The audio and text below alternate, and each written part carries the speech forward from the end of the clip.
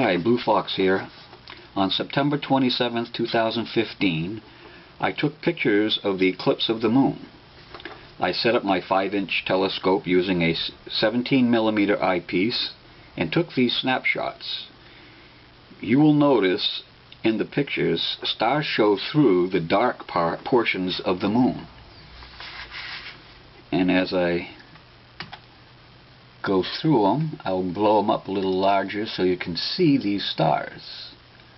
I'll point to one. There's a blue star here, a white star. There's another star right here that shows up quite good. And that's that picture. Move on to the next one. You can actually see the stars here. So we'll zoom in and we'll see a red star with a white star right in here. And then there's 3 stars, a white star, a blue star, and another blue star.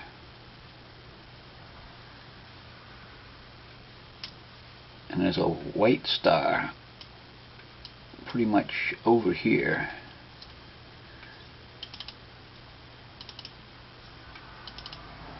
Okay, now this one here you can see the stars. 1, 2, that's pretty bright. And I'll zoom in on it. Now there's a red star, white star, showing through the moon, white star, and then blue star again, with another star over here. And as we go further down, we see another blue star and a white star.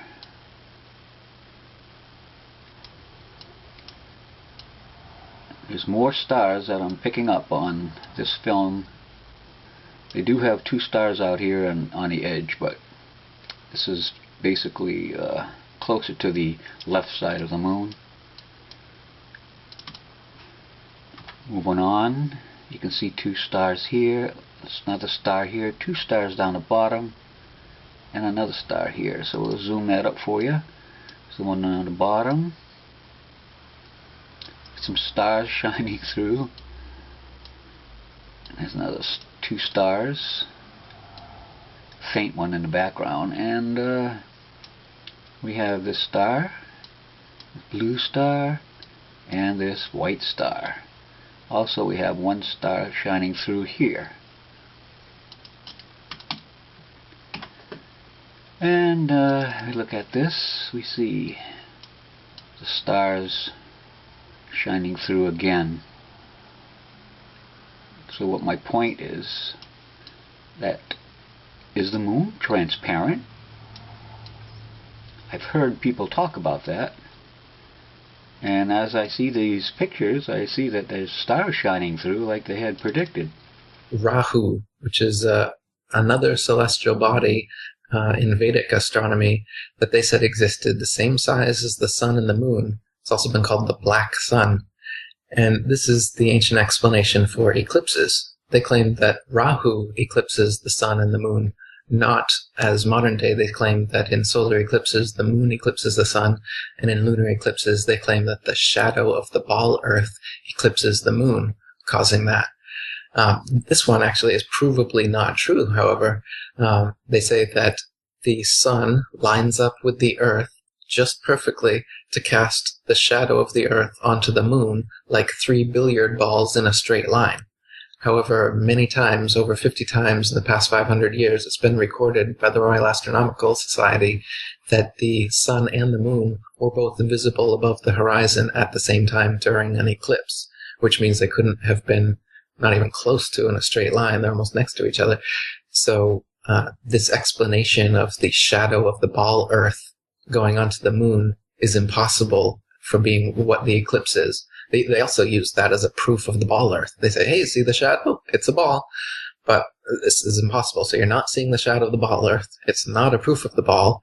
And in fact, a better explanation is this ancient explanation of the black sun, or Rahu, which occults the sun and the moon at certain points during the phase.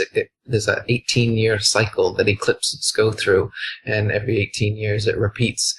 So you can predict eclipses based on this geocentric flat model with Rahu, as they've been doing for thousands of years.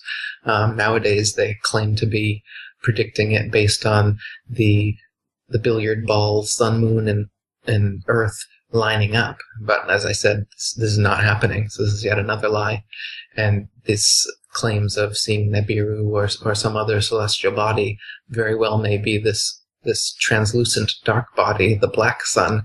Since we're not told about it, anytime we see strange phenomenon and think it could be a second sun, it very well may be this one, the black sun. And with all due respect to the late Zacharias Sitchin, anybody who wants to listen to his last interview, you can go to our websites right there. The fact that he had his office in Rockefeller Center in New York City makes you wonder if he's part of those cultural editors that continue to keep us in the dark. But Eric, you say the moon is self-illuminated. Why do we only see portions of the moon during the various moon phases? Yeah, they say that the cause of the moon's phases is the reflected sunlight hitting it. But you can prove that the light of the moon is totally different from the light of the sun. The effect it has on foods and plants is different. The actual temperature of the light is different. So if you're in the sun, of course, in the shade, it's cooler than in the sunlight. But in the moonlight, it's cooler in the moonlight than it is in the shade. So if you go in the moon shade, temperature goes up. So it couldn't possibly be reflected sunlight, otherwise it would be warm, just like the sunlight is warm. So it's casting its own light. The phases are a function of the moon itself, and it's provably a translucent, flat object, not a opaque ball, as they claim the moon is. If the moon was a ball, first of all, you'd be able to see different faces from different areas on Earth. So if you're at the Arctic or the equator or the Antarctic, you should be seeing different features because you're looking at a different face of the moon from there. However, no matter where you are on Earth, you'll see exactly the same face, the same man on the moon, the same rabbit will always be there, but it'll be tilted 360 degrees at various inclinations because the moon actually turns like a wheel as it goes around us. And that's another proof they use of their ball model. They say in the north hemisphere, the moon is right side up, and in the south hemisphere, it's upside down. So that's proof that we're on a ball. But as I said, it's not so simple that it's just right side up in one hemisphere, upside down in the other hemisphere, but rather it's always turning. So you can find pictures of it at all inclinations, not just two opposite inclinations. So this is one proof that the moon is not a sphere. They say that the moon's a sphere and it rotates as well as the Earth, but since we only see the one face, their excuse is the moon rotates the opposite direction the Earth does, and it's perfectly synced so that when the Earth is moving and the moon is moving, we never see any other face. So another convenient explanation. But in reality, the reason we never see the dark side of the moon is because it doesn't exist. There isn't another side of the moon. It's just a translucent, it's not densely physical because you can see through it. There's been pictures taken of stars being seen right through the moon. And the Royal Astronomical Society has recorded stars and planets like Jupiter have been seen through the moon. And they're scratching their heads recording this, like wondering what they've seen. And this is on record back in the 1700s up until today. You can see things through the moon. On a clear afternoon, you can see the blue sky through a waxing or waning moon. You'll see part of the moon illuminated, and then part of it, you'll see the blue sky right through it. Even some of the craters, as they call them on the moon, that's potch marks, nobody knows exactly what they are. It's strange looking. Calling them craters, though, is a foregone conclusion because you don't know that that's what they are. Especially, as I'm saying, some of these supposed craters, you can see the blue of the sky through the crater. So it's obviously not something that's densely physical. You can see through it. You can't see opposite faces from different places. And if it was a ball can't reflect light either. The only way that the moon could reflect light like they say it is if it was a flat or a concave surface.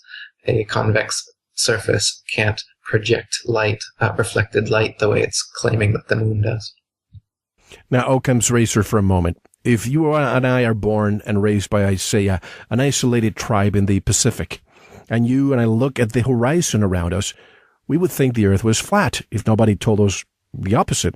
And if you saw an eclipse and the sun and moon look exactly the same, you would come to the conclusion that the two objects are the same size, wouldn't you?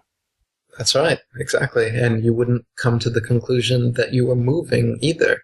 They say that we're spinning 1,000 miles an hour. We're going around the sun 67,000 miles per hour. There's no way you would think of that, because it's nowhere evident anywhere that we're moving.